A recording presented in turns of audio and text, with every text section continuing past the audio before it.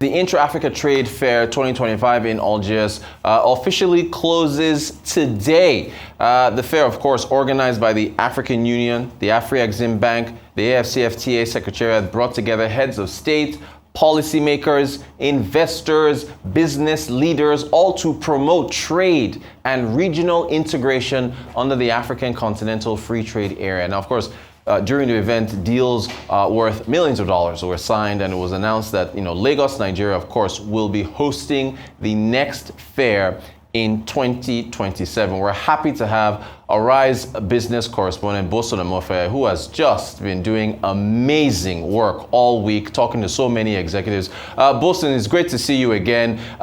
We just played one of your interviews with us with the SOA CEO. I wanted to ask you to give us a recap and I guess key takeaways from all that you've witnessed at IATF 2025. Good morning, Rotus. Thank you so much. Again, it's been 8 days of a very intensive event here in Algiers. We've had dozens and dozens of sessions on a daily basis. Overall, I'm sure we've had more than 50 sessions put together, at least 10 to 12 sessions on a daily basis, as it were. Then you've got the entertainment, creative art part of it, which is the Carnex.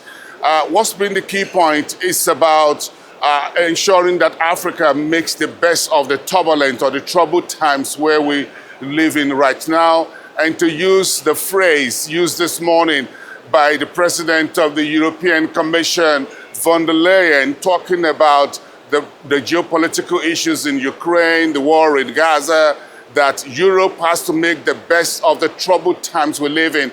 And I think that speaks to Africa as well. The message from this particular IATF is that gateway to opportunities. There are opportunities on the continent, but how do we create a pathway for Africa to receive investments, to have a bigger share of the global trade, how to have a better share and control of our payment system on the African continent? How do we mobilize and ensure that women, small and medium enterprises, and youths in creative arts and digital technology have access to finance that is cheap, that is easy and affordable for them to promote the ideas and dreams and visions that they have? Now, these are the key issues here. Now, if we move to the next level, that means how do we ease a lot of things in terms of travel? I spoke yesterday to a number of our colleagues from the Sahel region. To get to Algeria, they've had to travel from Chad they have to move from Chad first to Ethiopia, then fly to Algeria. So we've got the travel issues. We've spoken about this several times, so we don't need to overflog it. We need to make travel easier. And what I also learned yesterday, Rotus, is the fact that the Algerians are now looking at a direct flight between Algiers and Mali, for example, and then from Mali to Lagos, Nigeria. What I want to say is that the government of Algeria is now moving very quickly to extend that handshake across the Sahel to the rest of the African continent.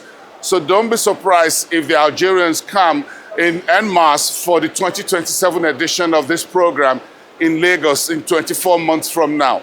What else is the takeaway? Is the fact that we have a lot to do in the area of entertainment, creative arts, and the media coverage. The Afri-Exim Bank has done so well, bringing dozens of journalists across the continent together for this particular event, and we can do a whole lot more as far as the coverage is concerned.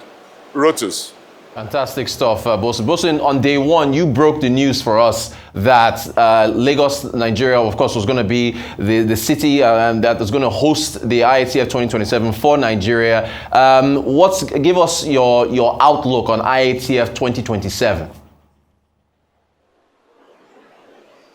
I think my outlook is very positive. We have a lot of work to do. We have a lot to learn from the Algerian hosting of this. And why do I say so? The South Africa and Egypt used a single location venue for the hosting over the past 3 editions. This is the first time Since the IATF started in 2019, that you have 2 locations. So the Algerians have used the CIC and the Safex venue, and they've been able to manage this very well in terms of transportation, in terms of getting delegates and journalists to venues on time. The Algerian police, let me commend them very well for what they've done. The Algiers police here have been able to do very well supporting traffic control, ensuring that we get our location on time. There was no harassment of anyone. They ensure that we get to everywhere safe. There are the hotel venues, there are the event venues, and ensure that everything moves on very good. Let me also talk about the transportation system. We want to say thank you to the Algerian Transport Ministry. They work very hard, ensuring that all the buses are on location, every hotel on time until midnight. So we need to ensure that we have the buses, whether it's the BRT buses, whatever, on time for 2027. What else do we need to work on? We need to work on our road infrastructure. As far as I've seen in Algiers over the last 8-9 days, I find less potholes on the road. So we need to fix the roads in Lagos. I'm sure we're going to use most of the Victoria Island, perhaps the National Theatre, Agze. So Lagos State needs to get ready to fix the potholes on the road. We need to fix the vehicular snarl areas in Lagos ahead of time and ensure that LASMA and everyone else we're using understand that we're hosting the World Cup of Trade as far as the African continent is concerned. We need to put the best out. Now, I'm coming to other logistics staff used by the Algerian government and the IATF team, and I want to say they've done another good job at this particular event.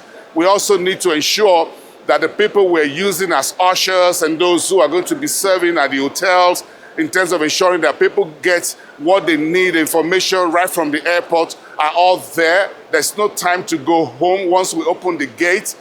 Those who are supposed to walk till midnight and night over will have to be there on time and not sitting with their mobile phones and watching TikTok and other things. They've got to be ready to address the needs of every delegate. Thousands and thousands and thousands coming from around the world to Nigeria. So this is a big one for us, but I'm sure we'll have to work very hard to fix it and make sure we do a bigger job in 2027. Rotas. Great stuff. All right, senior business correspondent, Boason Omofaye, I have to congratulate you and the team for an excellent job of coverage. This is the Arise News Standard. That's what we do every time we cover these events. As you rightfully coined it, the World Cup of Trade. Thank you so much for the... You just wait till 2027. Exactly. We got to repeat it. We have to repeat it. Boason Omofaye, thank you so much on the ground there in Algiers. We'll catch you later. Thank you. Thank you. Have a safe trip back.